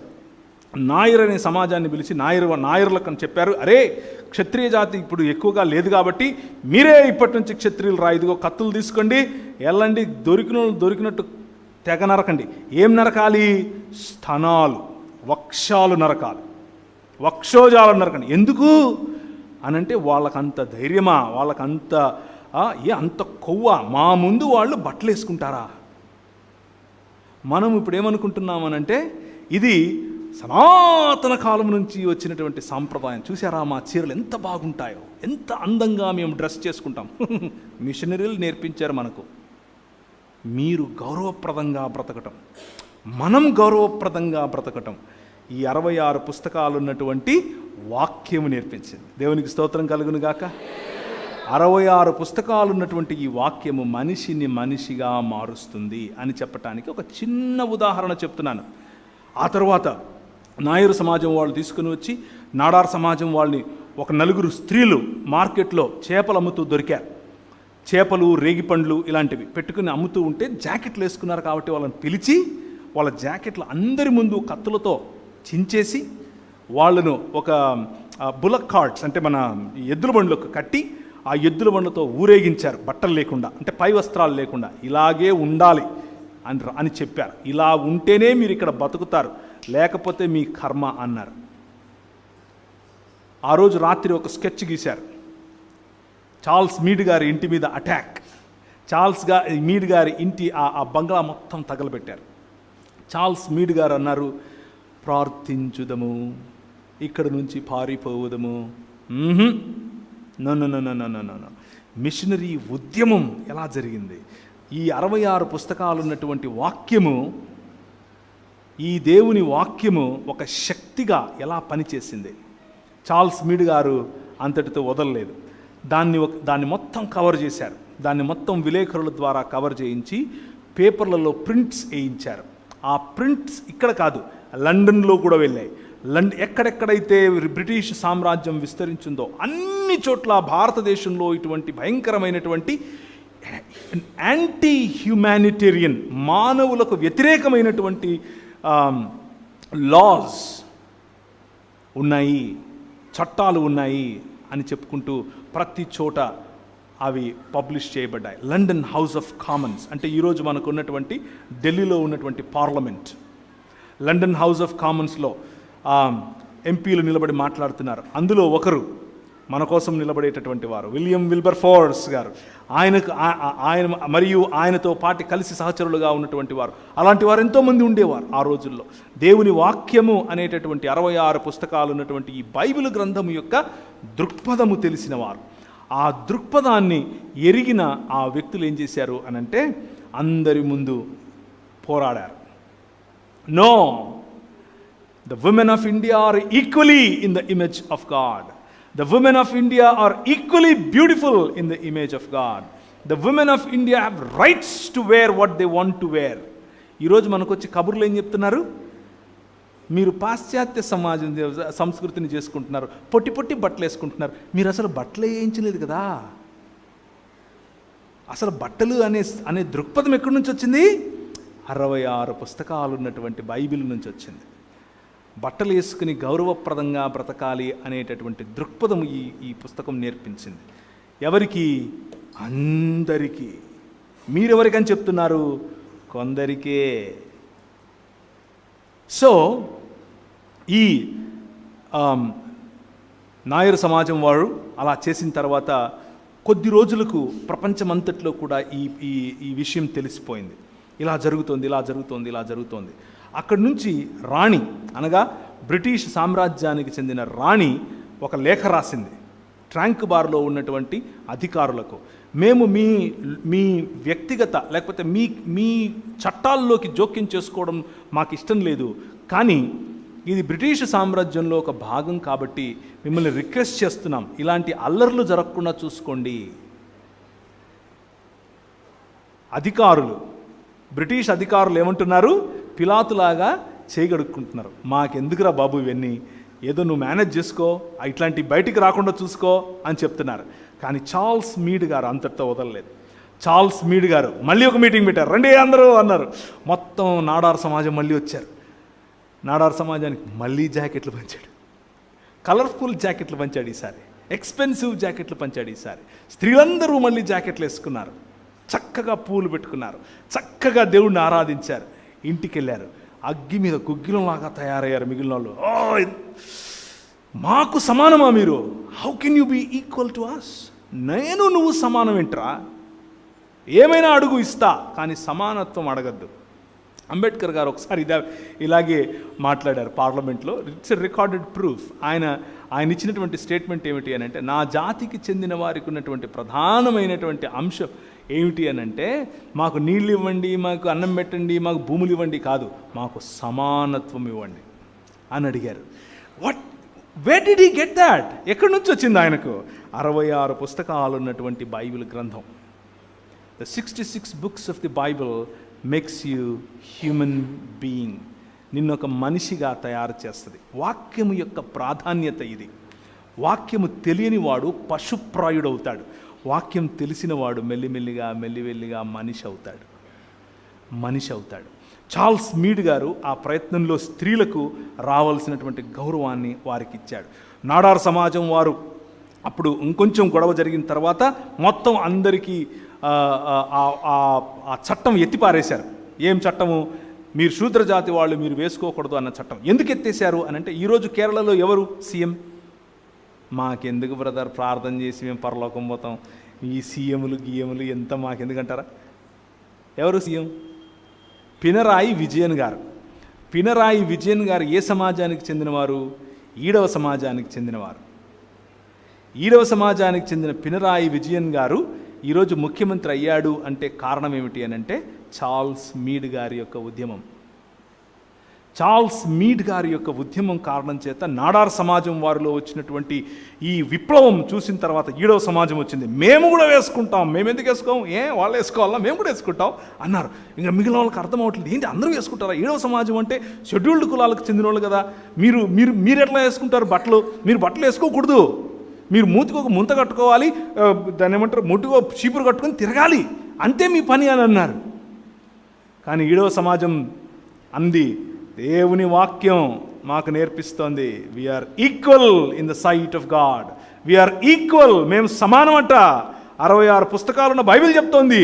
తెల్లాయనేమో వచ్చి మా ఇళ్లలో భోంచేసి మా ఇళ్లలో పడుకుంటుంటే నువ్వేమో మాతో పాటు పుట్టి మేము సమానం కాదంటావేంటి? ప్రశ్నించే గళం ఇస్తుంది 66 పుస్తకాలు ఉన్నటువంటి బైబిల్. ఆలోచననిస్తుంది 66 పుస్తకాలు ఉన్నటువంటి బైబిల్ గ్రంథం. మానవుణ్ణి తన అధికారము తిరిగి సంపాదించుకునేలా తీర్చిదిద్దుతుంది. ఈడవ సమాజం వాళ్ళు చేసినటువంటి ఆ ఉద్యమం బ్రెస్ట్ ట్యాక్స్ అంటే, ఆ రోజుల్లో కేవలం బట్టలు ఎందుకు వేసుకొని ఇవ్వలేదు అని అంటే, దానికి వెనక ఇంకొక కారణం కూడా ఉంది. స్త్రీని ఇలా పట్టుకుని ఇలా బరువు చూస్తారు, స్త్రీ వక్షాలను చూసి ఎంత లా ఉంటే అంత ట్యాక్స్ వేస్తారు. అంటే నువ్వు బాగా తెలుగు పచ్చ తెలుగులో చెప్పాలంటే బలిసున్నావు కాబట్టి డబ్బులు ఎక్కువ కట్టని. ఎంత అవమానకరం ఇది, ఎంత ఇన్జస్టిస్, ఎంత అన్యాయం ఇది. ఆ అన్యాయాన్ని ప్రేమపూర్వకంగా ఒక్క జాకెట్తో కొట్టాం. దేంతో కొట్టాం? ఒక్క జాకెట్తో కొట్టాం. ఈ దేశాన్ని నిర్మించాం. స్త్రీకి కావలసిన గౌరవాన్ని ఈ దేశంలో 66 పుస్తకాలు ఉన్నటువంటి బైబిల్ గ్రంథం ఇచ్చింది.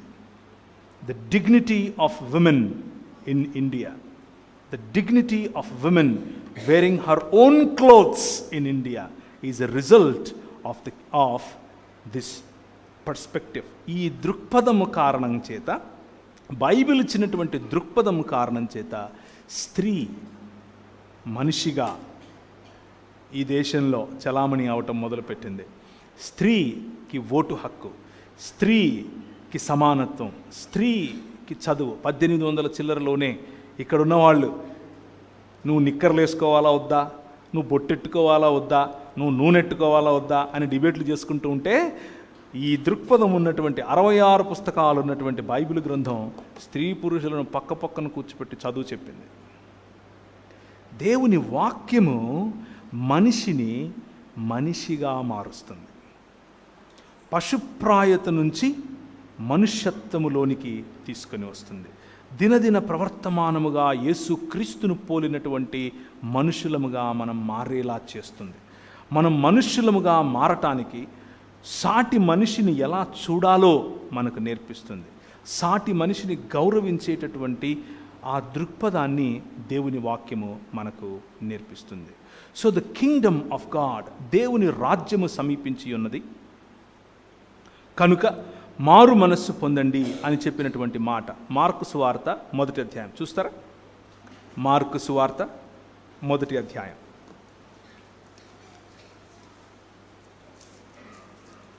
వ్రాయబడినటువంటి సువార్తలలో మొదటి సువార్త మార్కు సువార్త.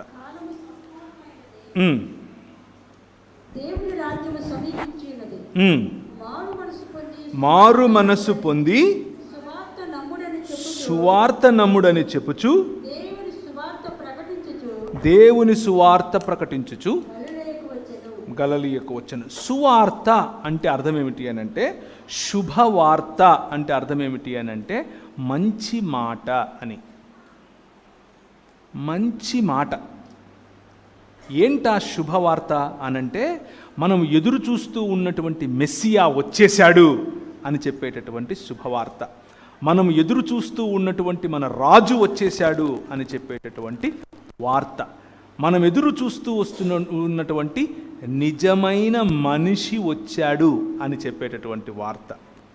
ఆ నిజమైన మనిషి మనం కోల్పోయిన అధికారం, మనం కోల్పోయిన సంబంధం, మనం కోల్పోయినటువంటి దేవుని యొక్క ఇల్లు, మనం కోల్పోయినటువంటి దేవునితో సహవాసం, మనం కోల్పోయినటువంటి దేవుని రాజ్యములో ప్రాతినిధ్యం తిరిగి తీసుకొని వచ్చి ఇస్తాడు అని చెప్పటమే సువార్త.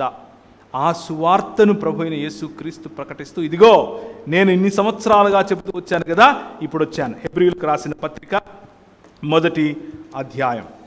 హెబ్రీయులకు రాసినటువంటి పత్రిక 1వ అధ్యాయం.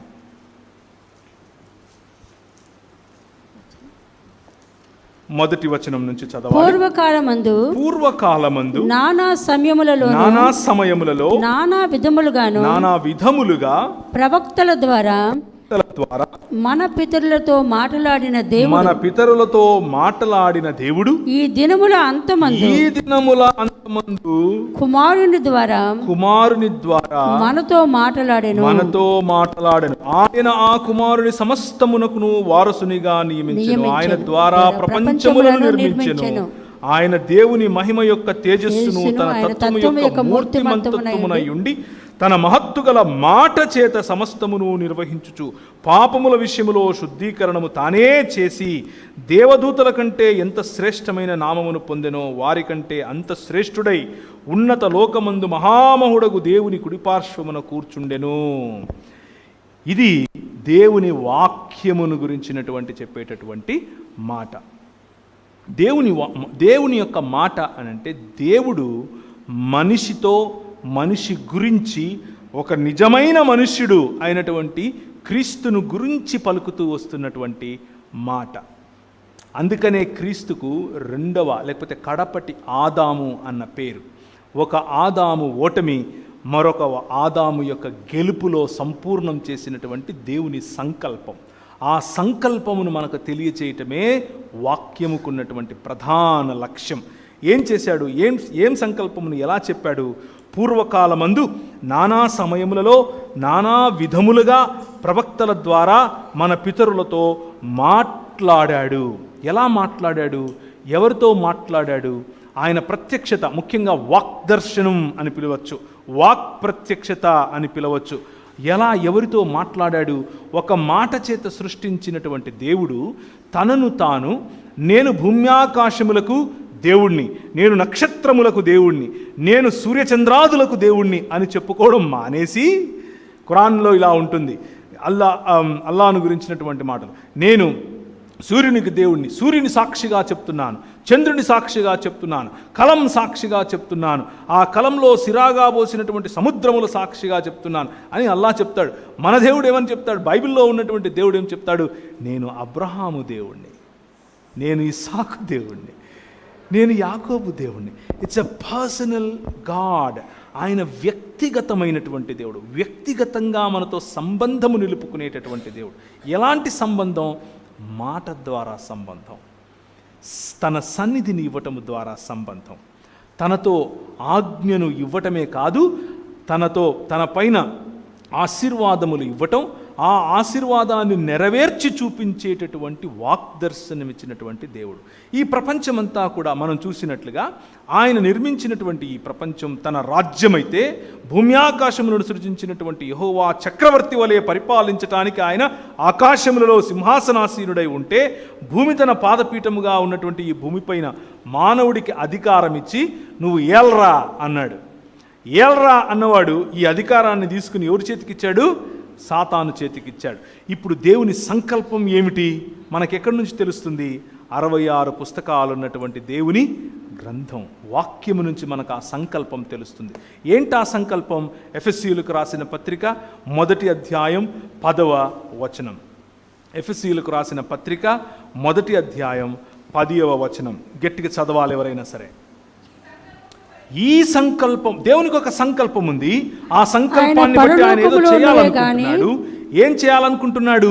పరలోకమందున్నవే గాని, భూమి మీద ఉన్నవే గాని సమస్తమును క్రీస్తునందు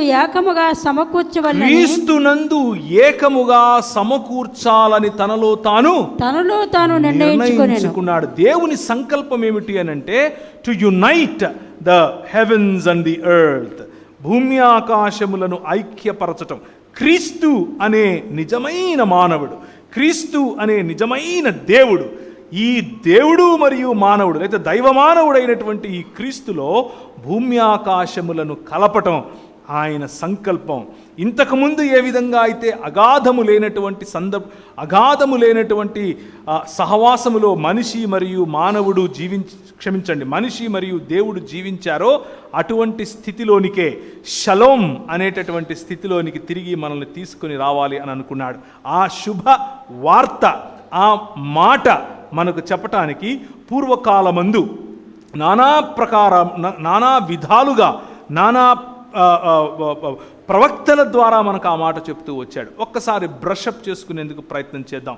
మొట్టమొదటిసారిగా ఈ అగాధములోనికి, లేకపోతే దేవుడు భూమి ఆకాశముల మధ్య ఇంత అగాధానికి కారణమైనటువంటి మానవ సమాజాన్ని రక్షించటం కోసం 3 దినములైన తరువాత తిరిగి లేపుతాను అని హోషియా గ్రంథం 6వ అధ్యాయంలో చెప్పిన మాటను నిలబెట్టుకునే ప్రక్రియలో, ఆ ప్రణాళికలో లేకపోతే ఆ సంకల్పములో భాగంగా నోవహుతో ఏం చేశాడు? చెప్పండి. నోవహుతో ఏం చేశాడు? మాట్లాడాడు. మాట, వాక్యం. నోవహు ఇది చేయి అని అన్నాడు. చిత్తం ప్రభువా అని నోవహు చేశాడు.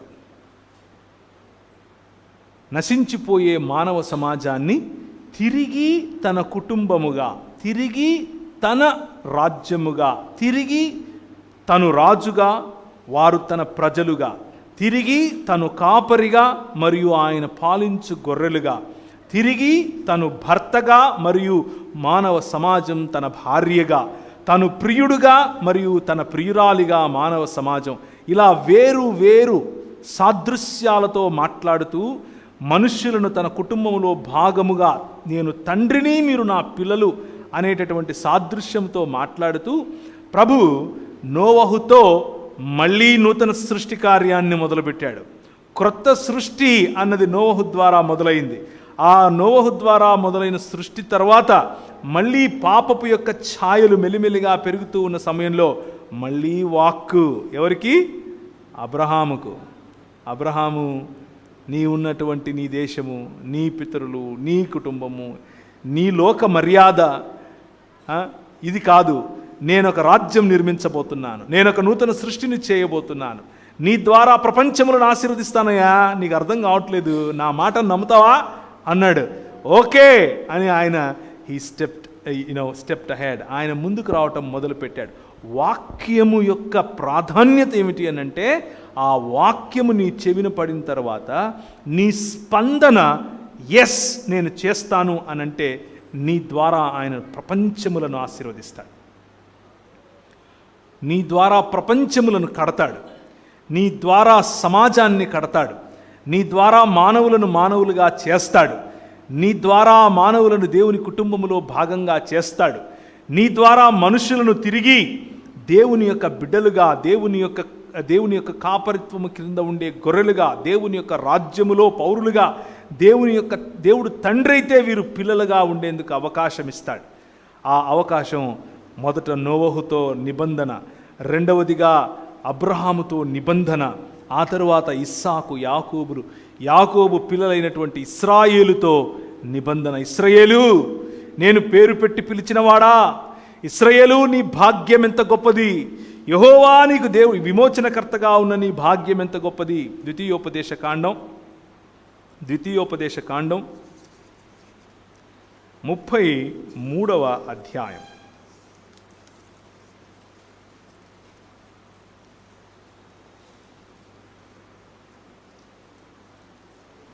29. ఇశ్రాయేలు నీ భాగ్యం ఎంత గొప్పది, యెహోవా రక్షించిన నిన్ను పోలిన వాడెవడు, ఆయన నీకు సహాయకరమైన కేడెము, నీకు ఔన్నత్యమును కలిగించు ఖడ్గము, నీ శత్రువులు నీకు లోబడినట్లుగా వారు వేషం వేయుదురు, నీవు వారి ఉన్నత స్థలములను త్రొక్కుదు. నీ పిలుపేమిటయా? వాక్యమును తెలుసుకున్న నేను నా పిలుపేమిటయా అని ఆలోచిస్తే, ఇశ్రాయేలు, దేవుడు రక్షించినటువంటి మానవ సమాజమా, నీ పిలుపేమిటి అని అంటే, ఈ లోక మర్యాద నిన్ను ప్లీజ్ చేయటానికి వేషాలేస్తుంది. ఈ లోక మర్యాద మనంతా ఒకటి కదా అంటది, మా పద్ధతులు మీ పద్ధతులు ఒకటేలే అంటది.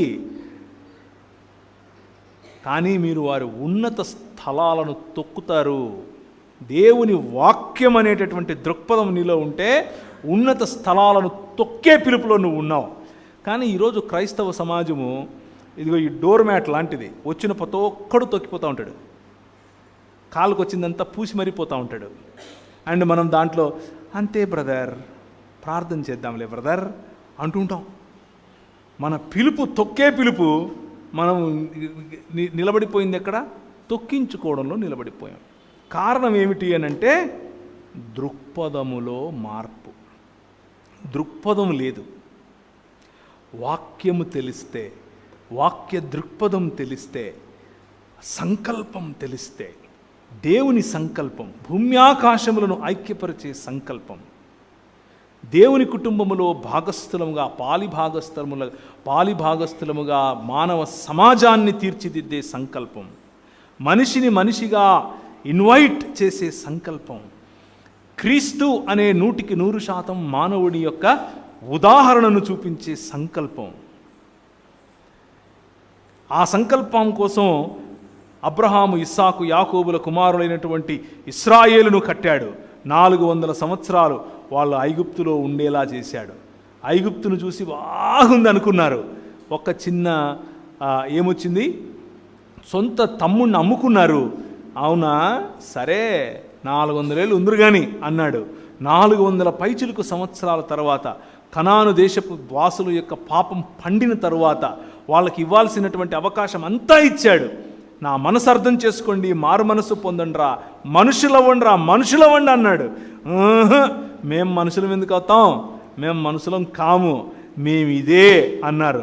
400 పైచిలుకు సంవత్సరాలు వీళ్ళు బానిసత్వంలో ఉంటే, ఆ బానిసత్వంలో వాళ్ళు ఒళ్ళు పై తెలియకుండా పని చేస్తూ ఉంటే, ఆ పనికి పైన మళ్ళీ పని ఎవరు ఫరో పెడుతూ ఉంటే, ఆ ఫరో ఉన్నటువంటి 10 దేవతలలో ఒక దేవత అయినటువంటి ఫరోన్ను కూడా వాళ్ళు, ఓ అవును ఫరో నువ్వు గొప్పోడివి, నువ్వు మంచోడివి అని ఆయనకు అన్నీ కడుతూ ఉంటే, నీ ఆర్తనాదాలు నేను విన్నాను, రా బయటికి అని చెప్పి పిలవటం కోసం వాక్కునిచ్చాడు. మళ్ళీ ఎవరికి?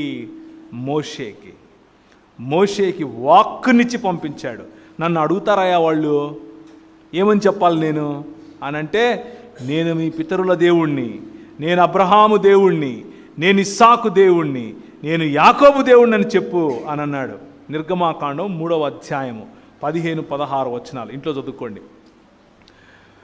అలా పిలిచినటువంటి దేవుడు మొదటి ఒడంబడిక నోవహుతో, 2వ ఒడంబడిక అబ్రహాముతో, 3వ ఒడంబడిక అంటే అబ్రహాము పిల్లలైనటువంటి ఇస్సాకు, యాకోబులు మరియు ఇశ్రాయేలుతో, 4వ ఒడంబడిక మోషే ద్వారా, 5వ ఒడంబడిక తనలో నుంచే బయటకు వస్తాడు అని చెప్పినటువంటి దావీదుతో, దావీదు అడిగినప్పుడు నీ కుమారుని ద్వారా చేస్తాను అని చెప్పి తన కుమారుడైనటువంటి యెష్షయి చిగురు మరియు మొద్దు వేరు అయినటువంటి మన ప్రభు అయినటువంటి యేసు క్రీస్తులో ఆయన ఒడంబడికను, ఆయన మనతో చేసిన కాంట్రాక్ట్ను ఆయన నిలబెట్టుకుంటూ వస్తున్నాడు. మాట దేవుని వాక్యం అనంటే ఆయన మనుషులతో చేసిన ఒడంబడిక, కవనెంట్ అని దీన్ని పిలుస్తారు. Hour God is a covenant faithful God. మన దేవుడు ఇచ్చిన మాట తప్పనివాడు. మన దేవుడు మాట ఇచ్చి దాన్ని వ్యర్థపరిచేవాడు కాదు. మన దేవుడు తన మాటను నెరవేర్చేవాడు. ఆ మాటను నెరవేర్చటం కోసం ఆయన స్వయంగా మానవుడై రాగలడు, వచ్చాడు. అదే సువార్త. God promised that we all will be his family once again.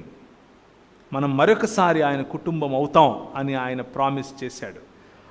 దానిని ప్రభు అయిన యేసు క్రీస్తులో ఆయన సంపూర్ణం చేశాడు. ఆది యోహాను సువార్త 1వ అధ్యాయం. మనం హెబ్రీయులకు రాసిన పత్రికలో 1వ అధ్యాయం చదివాం.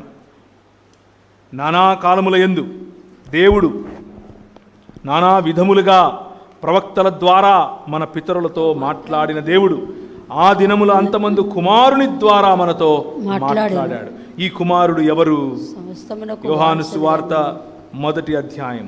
ఆదియందు వాక్యము ఉండెను, వాక్యము దేవుడు యొద్ద ఉండెను, వాక్యము దేవుడై ఉండెను, ఆయన ఆదియందు దేవుని యొద్ద ఉండెను, సమస్తము ఆయన మూలముగా కలిగెను, కలిగి ఉన్నదేదియు ఆయన లేకుండా కలగలేదు. ఇప్పుడు 12 రండి, 14. ఆ వాక్యము శరీరధారి అయి కృపాసత్య సంపూర్ణుడిగా మన మధ్య నివసించెను. ఆది కాలమందు నానా సమయాలలో, నానా ప్రాంతాలలో, నానా విధాలుగా మాట్లాడినటువంటి ఈ వాక్యము, దేవుని యొక్క వాక్యము ఇప్పుడు పర్సానిఫికేషన్, వ్యక్తిత్వమును సంపాదించి వ్యక్తిగా, నువ్వు నేను ఏ విధంగా అయితే the flesh and the bones అని పిలుస్తాం, రక్తమాంసములు కరిగినటువంటి ఈ మానవుడుగా ఆయన మన మధ్యకు రావటం. ఆ మానవుడిగా వచ్చినటువంటి ఆయన ఈ 3 మాటలతో, అనగా వాక్యము యొక్క శక్తితో ఆయన ఈ లోక మర్యాదను నేర్పిస్తూ వస్తూ ఉన్నటువంటి, ఈ లోక మర్యాదలోనికి ప్రలోభ పెడుతున్నటువంటి సాతానును 3 సమాధానాలు వాక్యములో నుంచే ఇచ్చి తరిమి కొట్టడం మనం చూస్తాం. ఇక్కడ ఇంకొక విషయాన్ని నేను మీకు ప్రస్తావించి ముగిస్తాను. సాతానుతో జరుగుతున్నటువంటి ఆ మాటలలో ప్రభువైన యేసుక్రీస్తుతో సాతాను ఏ విధంగా మాట్లాడుతున్నాడు? మొదటి ప్రశ్న ఏంటి? నువ్వు రొట్టెలు చేసుకో రాళ్ళను అని అన్నాడు. కానీ దానికి వాక్యం కోట్ చేయలా. ప్రభు మాత్రం వాక్యం కోట్ చేసి నోరు మూసుకో అన్నాడు. అర్రే, ఈయన ఏదో దృక్పథం బాగుంది అయ్యింది, ఈయన కరెక్ట్ దృక్పథంలో ఉన్నాడే, సో మనం ఈయనను కొట్టాలంటే ఏం చేయాలా? మనం కూడా అదే దృక్పథం పెట్టుకోవాలా అని అనుకున్నాడు. నెక్స్ట్ వాక్యంతో వచ్చాడు. ఏ వాక్యంతో వచ్చాడు? మరి నీకోసం దేవదూతలను ఇస్తాడంట కదా, దూకు అని అన్నాడు. ఈయన మళ్ళీ వాక్యంతోనే కొట్టాడు, నీ దేవుడే యెహోవా నువ్వు. సో ఈ లోక మర్యాద మనము సరైన దృక్పథములో నడుస్తున్నప్పుడు, వాక్యం అనే దృక్పథంలో నడుస్తున్నప్పుడు, వాక్యం అనే దృక్పథాన్ని మనం ప్రజలకు చెబుతూ ఉన్నప్పుడు, ఆ వాక్యాన్నే తీసుకుని నిన్ను ఈ లోక మర్యాదలోనికి పిలిచే ప్రయత్నం చేస్తుంది. ఆ వాక్యాన్నే వక్రీకరించి మరీ నిన్ను తన మర్యాదలోనికి రమ్మని పిలుస్తుంది. సాతాను చేసింది ప్రతి ఒక్కసారి అదే. కానీ వాక్యము శరీరధారి అయి వచ్చాడు, కృపాసత్య సంపూర్ణుడిగా వచ్చాడు. ఆయన దగ్గర పప్పులు ఉడకలా. ఆయనను తెలుసుకున్నటువంటి మనం, ఆయన అడుగుజాడలలో నడవాలి అని నిర్ణయించుకున్నటువంటి మనం, ఆయన జీవన విధానాన్ని మనకొక మాదిరిగా చేసుకున్న మనం, ఆయన జీవన విధానం ద్వారా మనము మారాలి, మనము అలా బ్రతకాలి అని ఆలోచించిన మనం, మనకు వాక్యం ఇచ్చేటటువంటి, లేకపోతే వాక్యం అనే ఖడ్గము నేర్పేటటువంటి మాట. రోమీయులకు రాసిన పత్రిక 12వ అధ్యాయం. మీరు ఈ లోక మర్యాదను అనుసరింపక, 2వ వచనం, ఉత్తమమును మర్యాదను అనుసరింపగా ఉత్తమమును అనుకూలమును సంపూర్ణమును అయ్యున్న దేవుని చిత్తమేదో పరీక్షించి తెలుసుకొనున్నట్లు మీ మనస్సు మారి నూతనమగుట వలన రూపాంతరము పొందుడి.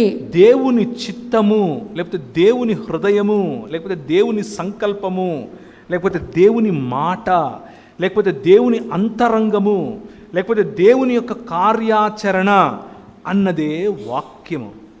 వాక్యములోనే అది తెలుస్తుంది. అలా తెలిసినప్పుడే మనం రూపాంతరము చెందుతాం. ఆ వాక్యమును చదివినప్పుడే మనకు అది సాధ్యపడుతుంది. ఈ లోక మర్యాదను అనుసరింపకుండా ఉండాలి అనంటే, మనిషిగా మారాలి అనంటే 66 పుస్తకాలు ఉన్నటువంటి ఈ వాక్యం ఒక్కటే మార్గం, వేరే ఏ మార్గము లేదు. మనం 2 పడవలలో కాళ్ళు పెట్టే అవకాశం చాలా ఈజీ. ముఖ్యంగా మన దేశంలో ఇంకా చాలా ఈజీ. ఒక చిన్న ఘటన చెప్తాను. ఈరోజు ఉదయం జరిగినటువంటి ఘటన. ఒక అన్నతో మాట్లాడుతున్నాను. కర్నూలులో ఒక సంఘం, మీకు తెలిసే ఉంటుంది, పేర్లు చెప్పను, పెద్ద సంఘం.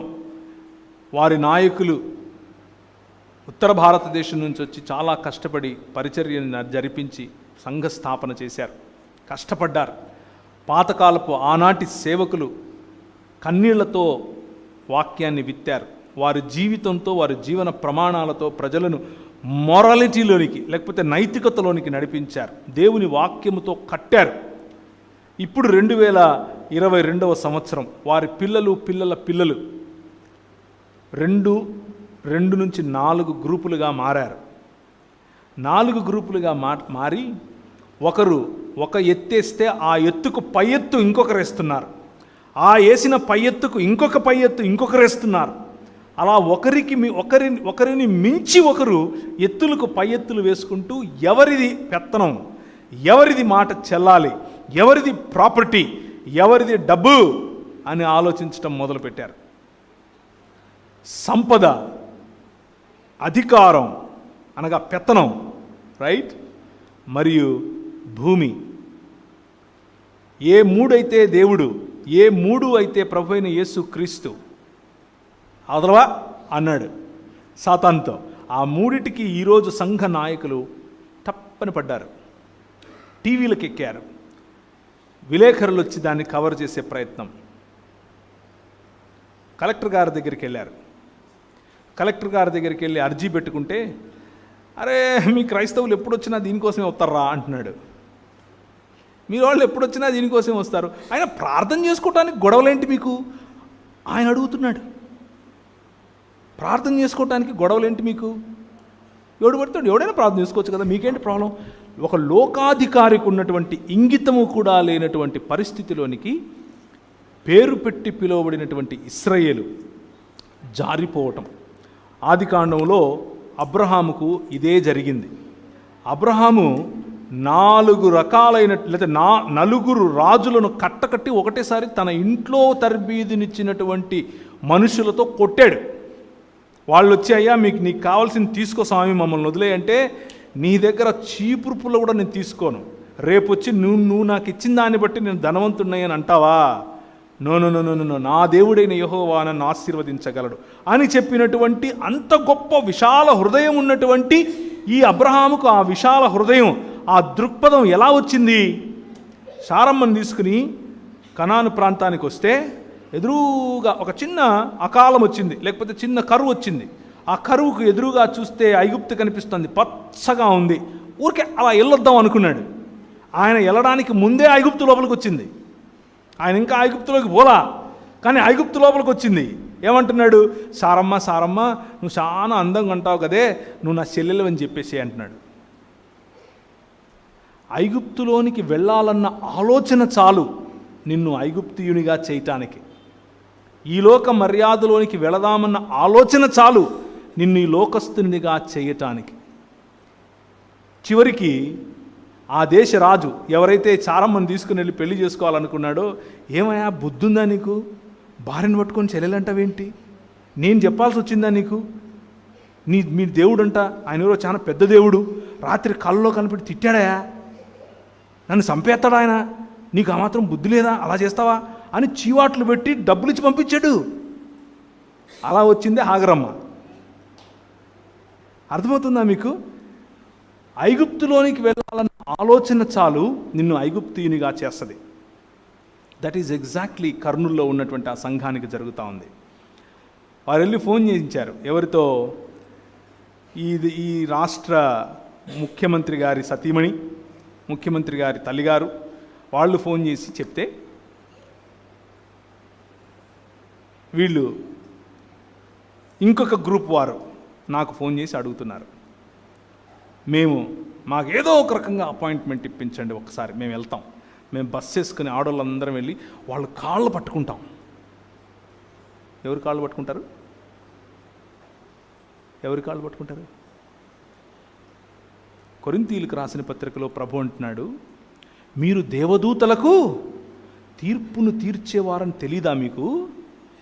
ఈ లోకంలో ఈ లోక మర్యాద చొప్పున మీరు మీలో తీర్పులు తీర్చుకోవాల్సిన, ఒకరినొకరు క్షమించుకోవాల్సిన మీరు బయటికి వెళ్ళి రచ్చబెట్టి వాళ్ళ కాలు పట్టుకుంటారా అని అప్పుడే చెప్పాడు పౌలు. ఈ లోక మర్యాద. బైబిల్ చదువుతూనే ఉంటాం, తిరుగుతూనే ఉంటాం, ప్రార్థన చేస్తూనే ఉంటాం. పరలోకమందున్న మా తండ్రి నీ నామం పరిశుద్ధపరచబడునుగాక, నీ రాజ్యం వచ్చునుగాక, నేను చచ్చిపోనుగాక అనే టైప్లో బ్రతుకుతాం. ఆయన వచ్చేది లేదు. ఆయన వస్తే మనం అందరూ సమానమైపోతున్నా. ఆయన రాజ్యం ఎలా వస్తుంది? మనం వెళ్ళి ఇంకొకరి కాళ్ళు పట్టుకుందాం. అందుకు వాక్యము మనకేం నేర్పిస్తుంది? ఈ లోక మర్యాద చొప్పున కాదు.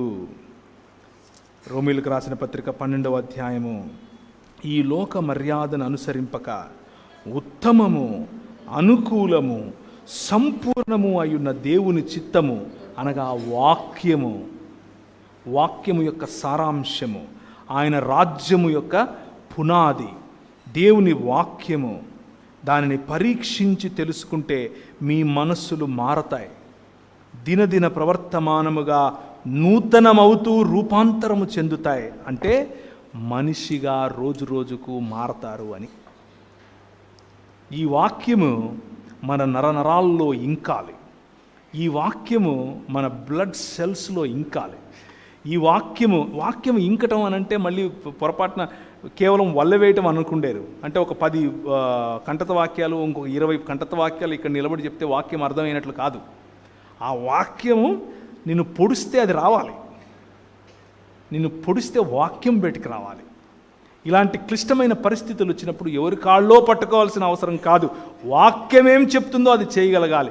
నేను ఫోన్లో చెప్పాను, అన్న పోయి వాళ్ళ కాళ్ళు వీళ్ళ కాళ్ళు ఎందుకు పట్టుకుంటావు? నీ సొంతోళ్ళు నీతో ఎవరైతే విభేదిస్తున్నారో వాని కాళ్ళు పట్టుకో, మనం ఒకటవుతాం కదా. మనం కోర్టు ఎందుకు? మనకు డబ్బులు ఎందుకు?